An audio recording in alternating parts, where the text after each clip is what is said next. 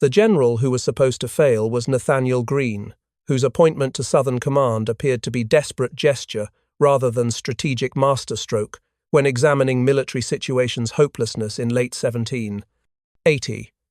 Opens in period when South is lost through series of catastrophic defeats that had eliminated organized continental resistance below Virginia, British control appearing complete after Charleston's capture and after Camden disaster had destroyed American field army. The South is lost through British occupying major cities and through controlling supply lines, strategic situation appearing irreversible when examining Confederate military dominance. Charleston has fallen in May, with over 5,000 Continental troops surrendering, devastating loss, eliminating American military presence in South Carolina and Georgia. Gates has been humiliated at Camden in August, when Horatio Gates's Continental forces were routed completely, defeat destroying Gates's reputation while demonstrating British tactical superiority. The Continental Army is shattered through defeats and through attrition that eliminated effective fighting units, organizational collapse being nearly complete when examining force quality and morale. Starving because supply system had collapsed completely, soldiers receiving inadequate food making military operations increasingly difficult, and hunted by British forces pursuing scattered American remnants, Continental troops being unable to concentrate safely when British-controlled territory and when partisan loyalists reported American movements to British commanders. Into this disaster steps Nathanael Greene, whose appointment in October 1780 appeared to be impossible assignment, command being offered to general who would inherit defeated, demoralized army facing victorious enemy. A man who will never win decisive battle through avoiding major engagements where British numerical and tactical advantages would be overwhelming, strategic approach being unconventional when examining how Greene would conduct campaign. Yet will destroy Britain's best general anyway through strategy that would exhaust Cornwallis without defeating him in pitched battle. Paradoxical achievement, demonstrating that winning war did not require winning battles when strategic exhaustion could accomplish what tactical victory could not. Making Greene into general, who succeeded by refusing to fight conventionally against enemy, whose strengths made conventional warfare suicidal for Continental forces, that Greene would preserve through avoiding battles, while destroying British capacity for controlling territory. Cornwallis rules. South was military reality. In late 1780, when British general commanded victorious army controlling regions' strategic locations. Introduce Lord Cornwallis as confident commander whose recent victories had validated aggressive tactical approach, personal assurance being justified by battlefield successes that had destroyed Continental resistance. Confident through having defeated Gates decisively at Camden, tactical success establishing Cornwallis's reputation as skilled, aggressive commander. Aggressive in tactical temperament, preferring offensive operations over defensive positions. Military philosophy, emphasizing pursuit and destruction of enemy forces rather than merely holding territory. Victorious after series of successes including Charleston's capture and Camden's rout, battlefield achievements creating perception that British had won Southern theatre decisively. British control cities including Charleston and Savannah, whose occupation gave them strategic bases, urban dominance providing logistical centers for supporting military operations throughout region. Ports, allowing Royal Navy to supply and reinforce British forces, maritime access being critical advantage that Continental forces could not match, and supply lines connecting British garrisons through road networks that allowed coordination, logistical infrastructure supporting British military presence throughout South. On paper, meaning according to conventional military analysis, revolution in South is already over through British having achieved decisive advantages that conventional wisdom suggested were insurmountable. Is already over when examining British control of cities, British battlefield victories, and Continental armies' destruction, strategic situation appearing hopeless for American cause. Over meaning decided in Britain's favour, Southern campaign appearing to have ended with British victory that would allow Cornwallis to consolidate control before advancing northward. Cornwallis, whose confidence was justified by tactical successes, but who had not considered whether controlling cities was equivalent to controlling territory or whether defeating continental armies was equivalent to suppressing rebellion. When examining strategic situation whose complexity exceeded simple military calculations about battlefield victories and urban occupation, making British control less secure than Cornwallis believed, despite appearances suggesting that revolution in South had been crushed decisively through military superiority that conventional analysis suggested was overwhelming. America's army is already dead was perception when examining continental forces that Greene inherited in December 1780. Describe reality. Greene inherits beginning with unpaid soldiers whose wages were months or years in arrears, financial crisis creating morale problems when troops could not support families and when promised compensation never materialized. Unpaid meaning soldiers had not received wages that Continental Congress had promised. Monetary crisis being chronic problem, undermining military effectiveness through destroying troops' faith in institutional support. Broken morale from defeats, from hardships, and from perception that cause was lost. Psychological damage being as severe as physical losses when examining why soldiers deserted or refused to fight. No supplies because procurement system had collapsed and because Congress lacked funds for purchasing provisions. Logistical failure, making military operations nearly impossible when troops lacked food, ammunition, and equipment. No replacements for casualties and deserters. Manpower crisis preventing Greene from rebuilding force strength when recruitment had virtually ceased in South. Any traditional battle would mean annihilation when examining how numerical weakness and supply shortages made conventional engagement suicidal against British professional forces, whose advantages in training, equipment, and logistics were overwhelming. Would mean certain destruction if Greene attempted fighting pitched battle, conventional warfare being impossible for army whose condition made defensive positions untenable and offensive operations unthinkable. Annihilation being inevitable outcome if Greene followed conventional military doctrine requiring decisive engagements, catastrophic defeat being certain when Continental forces' weakness made them incapable of sustained combat against British advantages. Already dead in functional sense despite technical existence, Continental Army's effectiveness being so reduced that it could not perform traditional military missions, making Greene's inheritance into command of force that existed on paper, but that lacked capabilities for conventional warfare against British enemy, whose superiority made pitched battles into death sentence for Continental troops, whose survival required avoiding engagements where British strengths would be decisive, forcing Greene to develop unconventional strategy that would preserve his army while destroying British capacity for controlling territory through methods that conventional military wisdom did not recognize as viable. Nathanael Greene was general who refused to fight fair through recognizing that conventional warfare would destroy Continental forces without achieving strategic objectives. Greene's background as Rhode Island Quaker whose religious upbringing emphasized practical problem-solving over martial glory, unconventional origins providing perspective that professional military officers lacked. Mind that was analytical rather than romantic about warfare, Greene understanding military operations as logistical and strategic problems rather than as opportunities for heroic combat. And philosophy emphasizing pragmatism over honor, military thinking prioritizing effective results over adherence to conventional doctrines that would lead to defeat. He understands one truth that conventional commanders missed, strategic insight being that American victory did not require battlefield dominance but required British failure to control territory. America cannot win battles against British professional forces whose tactical superiority made conventional engagements suicidal for Continental troops. Realistic assessment, acknowledging military weakness rather than pretending Continental forces could match British in pitched combat. But Britain cannot afford to keep chasing ghosts through exhausting resources pursuing enemy that would not fight decisive battles, strategic vulnerability being that British could not simultaneously garrison cities and pursue elusive Continental forces. Chasing meaning pursuing without catching, British frustration being inevitable when Continental forces refused to stand and fight battles where British advantages would be decisive.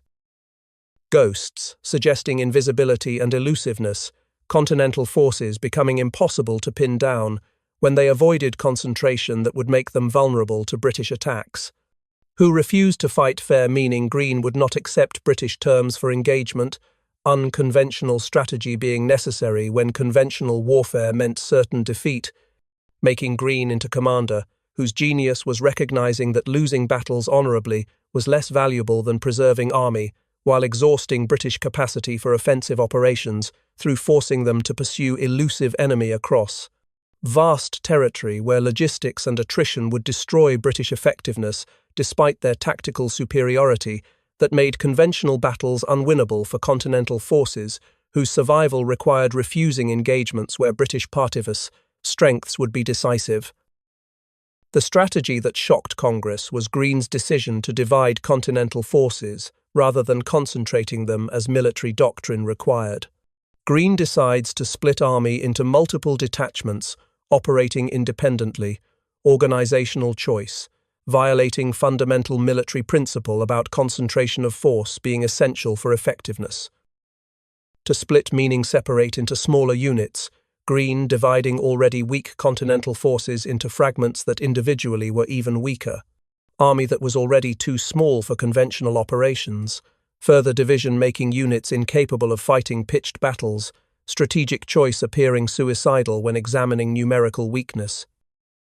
The opposite of conventional wisdom requiring armies to concentrate for maximizing combat power, Greene's decision, contradicting established military doctrine, that unity of command and concentration of force were essential. Critics accuse him of cowardice for refusing to fight decisive battles, political opposition interpreting strategic caution as personal fear rather than as tactical wisdom, incompetence for violating military principles that professional officers considered fundamental, Greene's unconventional approach appearing to demonstrate ignorance rather than innovation, and madness because strategy seemed guaranteed to fail through dividing weak forces into ineffective fragments, rational analysis suggesting Greene's plan would accelerate continental defeat rather than achieving victory. Shocked through being completely unexpected, congressional reaction being disbelief that Greene would adopt strategy contradicting everything conventional military wisdom taught. Congress, whose members expected Greene to fight battles and to hold territory, traditional strategic thinking, making Greene's evasive approach incomprehensible to politicians who measured military success through territorial control and through battlefield victories, that Greene's strategy deliberately avoided, making decision to split army into shocking departure from conventional warfare that appeared to guarantee defeat through fragmenting already inadequate forces into units too weak for fighting battles where British could destroy them. Individually, critics not understanding that Greene's genius was recognizing British could not pursue multiple detachments simultaneously while also garrisoning cities, making division into strategic advantage despite violating military doctrine that concentration was essential for effectiveness. Greene finds perfect weapon was discovery of Daniel Morgan, whose unconventional background made him ideal for executing Greene's unorthodox strategy. Introduced Daniel Morgan as blunt commander, whose direct communication style contrasted with aristocratic officers' formality, personal manner being shaped by frontier origins rather than by genteel upbringing. Brilliant tactically through possessing instinctive understanding of battlefield dynamics and through innovative tactical thinking that formal military education had not provided, combat genius being natural rather than trained. Deeply respected by militia, whose trust in Morgan exceeded their confidence in conventional continental officers, personal credibility with irregular troops being essential for commanding volunteers who would not accept orders from commanders they did not respect. Greene sends him west with small force including continentals and militia, detachment being sized for mobility rather than for conventional combat strength. Not to win territory through occupation which would require garrisoning positions, strategic objective being different from traditional military goals of controlling ground. But to force Cornwallis to react through threatening British control and through creating situations where British commander would feel compelled to respond militarily. To react meaning Cornwallis would have to divert forces for pursuing Morgan, British response being exactly what Greene wanted when examining how Morgan's movements would force British to pursue rather than to consolidate control. Perfect weapon for Greene's strategy because Morgan could fight when necessary, but could also evade when prudent, tactical flexibility, being essential for conducting operations designed to exhaust rather than to defeat British forces. Fines, through recognizing Morgan's unique capabilities, matched strategic requirements, Greene's genius being partly ability to identify subordinates whose skills complemented unconventional campaign plan. Him west toward frontier regions where British control was weakest and where militia support was strongest. Geographic positioning, creating opportunities for harassment while maintaining escape routes that would allow Morgan to avoid decisive battles where British tactical superiority would be overwhelming, making Morgan into ideal instrument for executing Greene's strategy of exhaustion through forcing Cornwallis to pursue elusive enemy rather than consolidating territorial control that British victories had supposedly achieved. Cornwallis takes bait was British response when Morgan's movements threatened positions that British commander considered essential for maintaining control. Morgan's movements threatened British control through raiding supply lines and through encouraging loyalist population to reconsider allegiances, tactical harassment, creating strategic uncertainty about whether British occupation was permanent.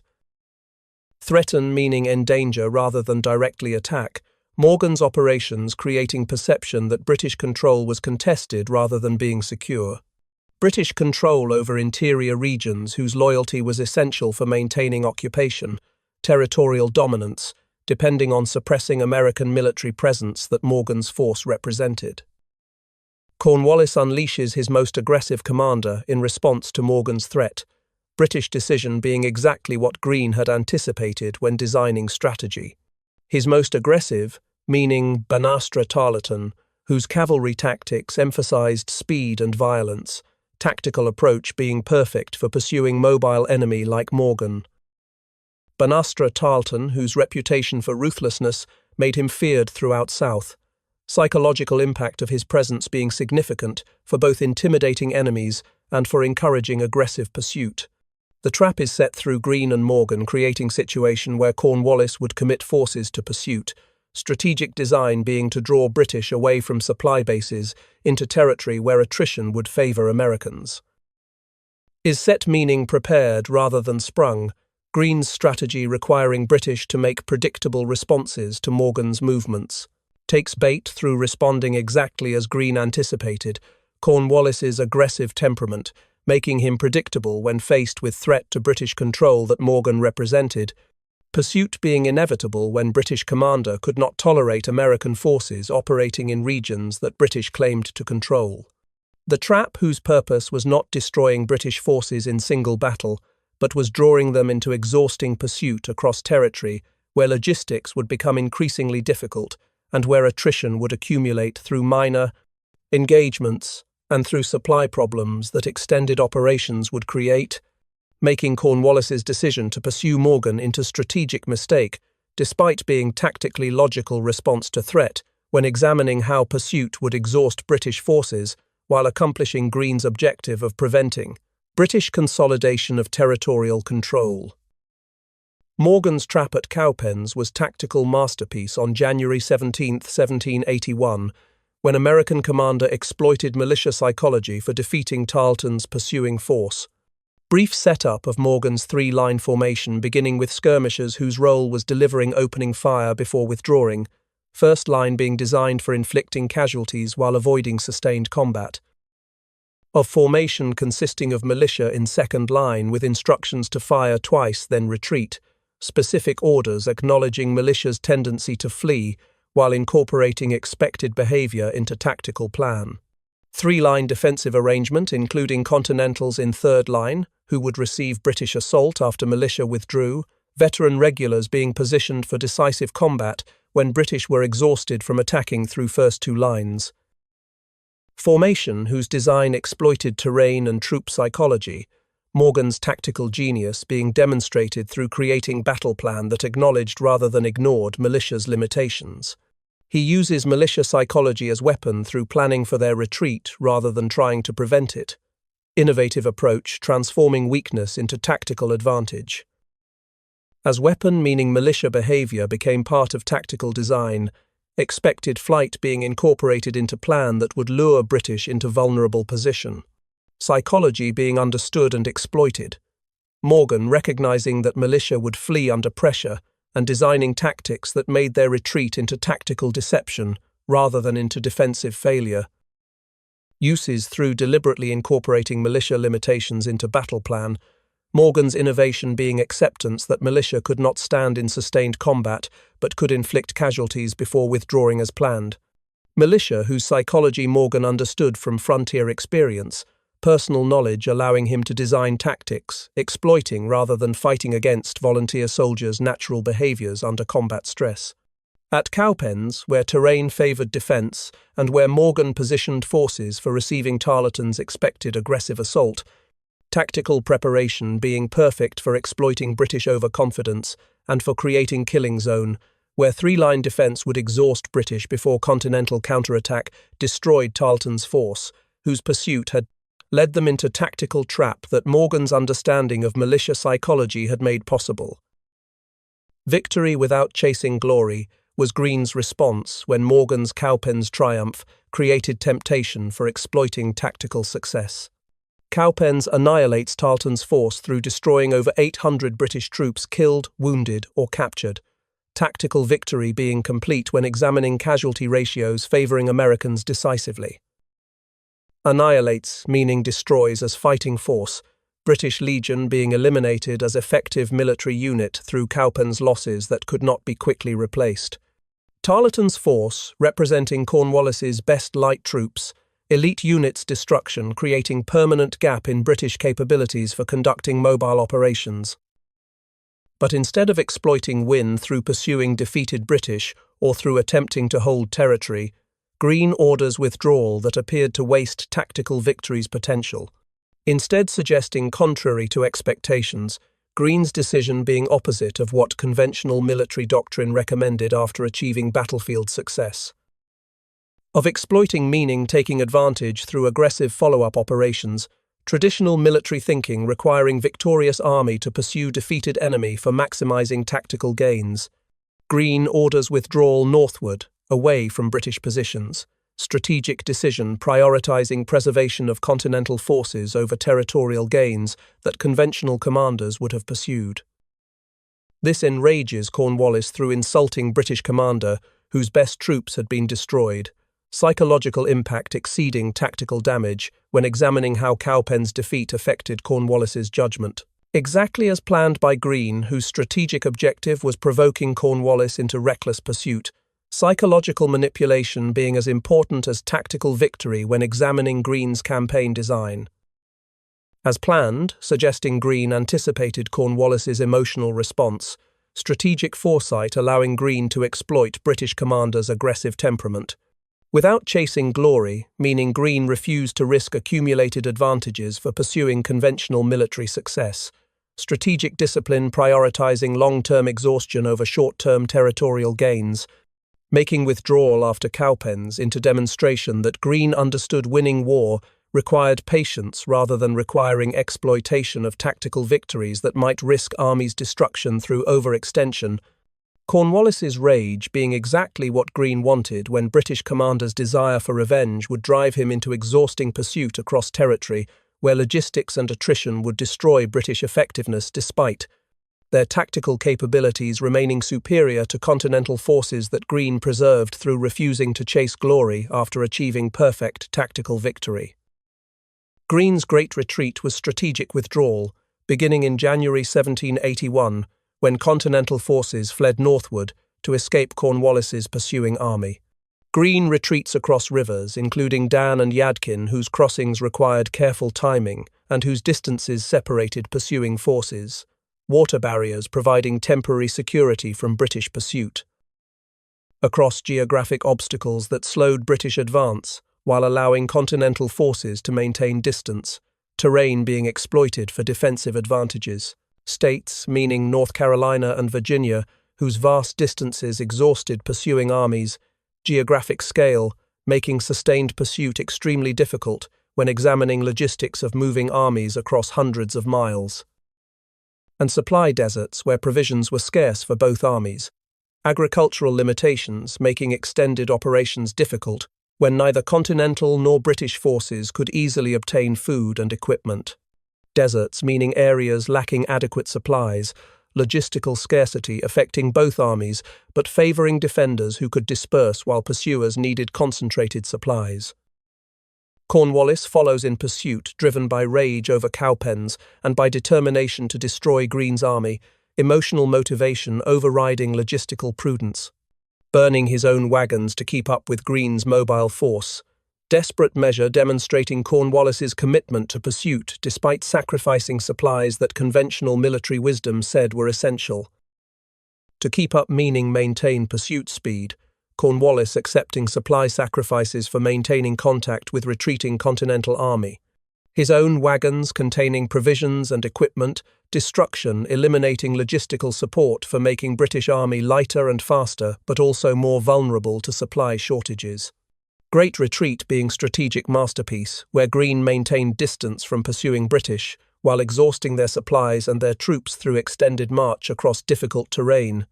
Cornwallis's decision to burn wagons demonstrating how rage had overcome strategic judgment, when British commander sacrificed logistics for speed in pursuit that would exhaust his army without catching elusive Continental forces whose mobility and whose knowledge of terrain allowed them to stay ahead, while British forces depleted supplies and energy through futile chase across rivers and states, whose distances and whose supply limitations favored retreating Americans, over pursuing British, whose desperation grew as pursuit continued without achieving decisive engagement that Cornwallis desperately sought. Winning by losing was paradoxical strategy, where Greene accepted tactical defeats for achieving strategic exhaustion of British forces. At every clash, including Guilford Courthouse and various rearguard actions, Greene gives ground while inflicting casualties, tactical retreats being designed for damaging British without risking Continental Army's destruction. At engagements between Continental and British forces, Greene accepts battlefield defeats as acceptable cost for inflicting unsustainable casualties on enemy.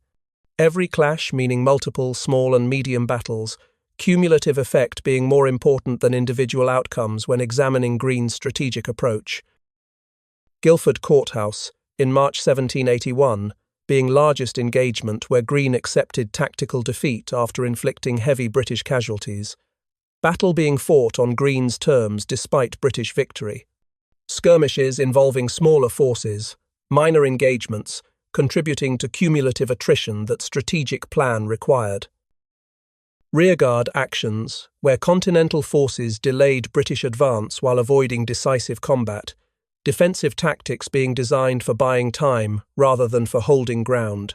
Greene gives ground through retreating after each engagement, territorial losses being accepted as necessary cost for preserving army while damaging enemy, but inflicts damage through ensuring each battle produced British casualties, tactical objective being attrition rather than victory.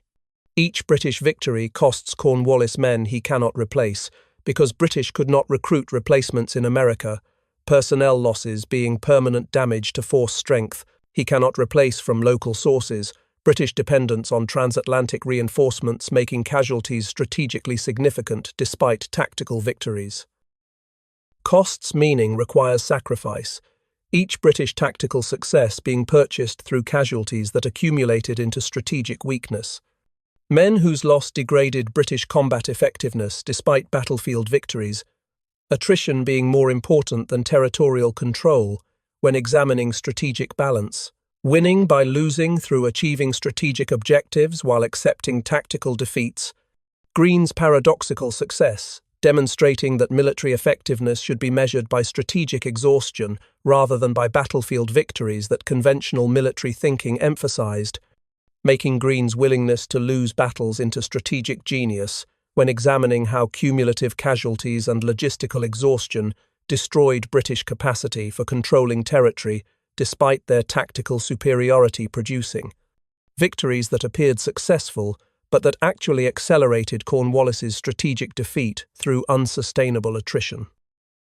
Guilford Courthouse was victory that destroyed army when Cornwallis won tactical engagement on March 15, 1781, while suffering catastrophic casualties.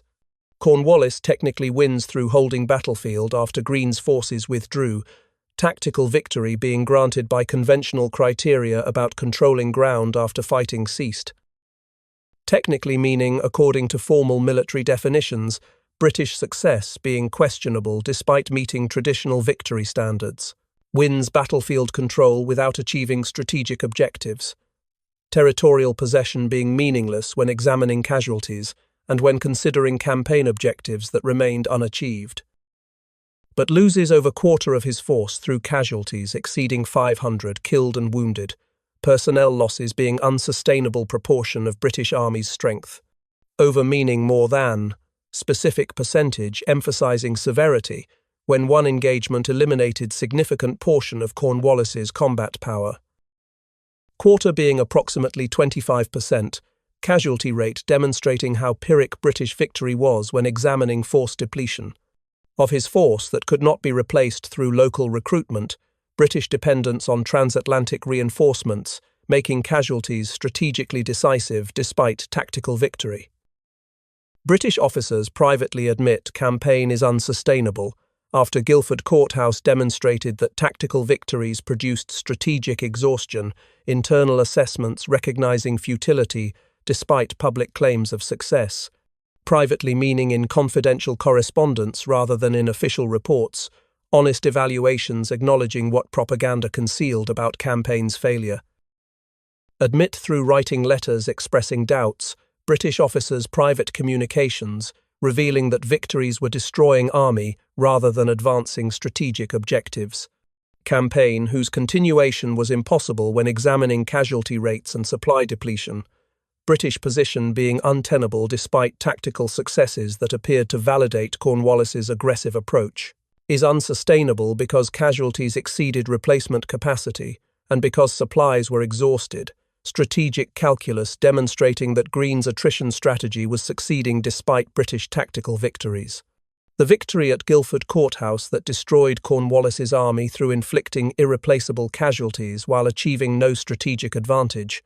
British success being hollow when examining how tactical victory accelerated strategic defeat through attrition that Greene had deliberately provoked by accepting battle on terms that ensured heavy British casualties regardless of battlefield outcome, making Cornwallis's victory into strategic disaster that British officers privately recognised was unsustainable despite public celebrations of tactical success.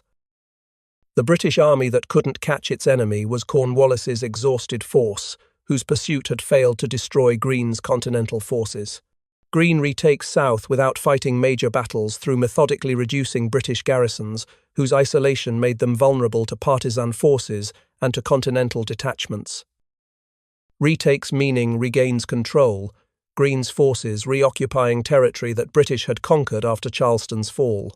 South referring to interior regions beyond major coastal cities, territorial reconquest being achieved through eliminating British outposts rather than through defeating British field army in decisive battle. Without fighting suggesting major engagements were avoided, Greene's strategy emphasizing reduction of isolated positions over pitched battles, major battles that would risk continental armies' destruction, conventional combat being deliberately avoided when smaller operations achieved strategic objectives without existential risks. British garrisons are isolated through Cornwallis's pursuit, having drawn British field army away from supporting positions, garrison vulnerability being created by Cornwallis's obsession with destroying Greene's mobile forces. Isolated, meaning separated from mutual support, British outposts being unable to reinforce each other when Cornwallis's army was distant pursuing Greene. Starved through supply line interdiction and through local populations refusing to provide provisions, logistical isolation making garrison positions untenable, and abandoned by Cornwallis, whose pursuit had taken British field army far from southern garrisons, strategic positioning leaving British outposts unsupported and vulnerable to reduction. Couldn't catch elusive continental forces whose mobility and whose strategic retreats prevented decisive engagement, British pursuit being futile when Greene refused to stand and fight where British tactical superiority would be decisive. Its enemy, whose elusiveness frustrated British attempts at forcing battle, continental forces remaining mobile while British exhausted themselves through pursuit that achieved nothing except depleting supplies and accumulating casualties. That Greene commanded with strategic discipline, prioritizing army preservation over territorial defense, making British pursuit futile when examining how Greene retook south through patient reduction of isolated garrisons, while Cornwallis exhausted his army chasing enemy he could not catch, demonstrating that controlling cities was meaningless when interior garrisons were eliminated and when British field army was too exhausted for offensive operations, despite tactical victories that had produced nothing except unsustainable casualties and logistical depletion. Cornwallis's forced north was strategic retreat when British commander abandoned southern theatre after Greene's attrition strategy made continued operations impossible. With south collapsing behind him as British garrisons fell to continental and partisan forces, territorial control disintegrating despite Cornwallis's tactical victories over Greene's field army. Collapsing through systematic reduction of British outposts, occupation being reversed as Greene's forces methodically eliminated isolated garrisons. Behind him, meaning in regions Cornwallis had left during pursuit of Greene, geographic abandonment allowing continental forces to retake territory without fighting British field army. Cornwallis marches into Virginia seeking relief from campaign whose continuation in Carolina had become strategically impossible, northward movement being retreat disguised as offensive operation. Into Virginia, where Cornwallis believed he could find supplies and reinforcements, geographic relocation being motivated by desperation rather than by strategic opportunity. Seeking relief from supply exhaustion and from personnel depletion, British Army's condition requiring respite that Southern theatre could not provide. Relief meaning rest and resupply. Cornwallis's army being too exhausted for continued offensive operations, despite tactical competence remaining intact. Greene never follows him north because pursuit was unnecessary when strategic objectives had been achieved, Continental commander understanding that destroying Cornwallis's army was less important than liberating southern territory. Never meaning deliberately chooses not to, Greene's decision being strategic rather than being necessitated by incapacity for pursuit. Follows through, pursuing into Virginia, Greene remaining in south for consolidating territorial gains rather than chasing exhausted British army. He's already won through achieving strategic objectives of southern liberation, tactical pursuit being unnecessary when Cornwallis's departure meant British had abandoned attempt to control interior. Already suggesting completion rather than continuation, Greene's strategic goals being accomplished through forcing British withdrawal, regardless of whether Cornwallis's army was destroyed in battle. Is forced meaning, compelled by circumstances, Cornwallis's retreat being strategic necessity rather than tactical choice when examining how Greene's attrition campaign had made continued southern operations impossible despite British tactical superiority that had produced victories without achieving territorial control, making northward march into admission of defeat that Greene had orchestrated through, refusing to fight battles while systematically destroying British capacity for controlling territory.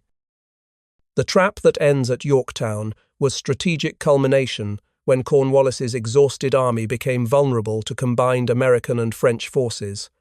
Cornwallis's exhausted army stumbles into position in Virginia, where geographic isolation and where British reliance on naval support created fatal vulnerability, strategic positioning being accidental rather than deliberate when Cornwallis sought refuge rather than choosing battleground. Stumbles, meaning arrives through desperation rather than through strategic planning, Cornwallis's Yorktown position being product of exhaustion and seeking naval evacuation rather than being chosen for tactical advantages. Into position at Yorktown on Virginia coast where British Army established base expecting Royal Navy could provide support and evacuation if necessary, maritime dependence creating strategic vulnerability. Where Washington and French Navy can finally strike through combining Continental Army with French fleet whose arrival would trap British forces, Allied coordination being possible because Cornwallis's exhausted army was immobile at coastal position, and French forces, including Rochambeau's army and de Grasse's fleet, Allied concentration being adequate for overwhelming Cornwallis's depleted forces. can finally strike meaning opportunity arose from Cornwallis's vulnerability, Allied offensive being possible because Greene's southern campaign had exhausted British army, making it incapable of mobile operations, finally suggesting long-awaited opportunity, Yorktown representing moment when Allied forces could engage British army, whose exhaustion made it vulnerable to siege that mobility might have avoided. Strike against immobile British forces whose condition made them unable to escape when French naval victory prevented maritime evacuation, strategic trap being completed through Allied coordination. The trap whose creation began with Greene's southern campaign exhausting Cornwallis, causal chain connecting attrition warfare in Carolina with Yorktown surrender in Virginia, that ends at Yorktown in October 1781, when British surrender effectively concluded Revolutionary War.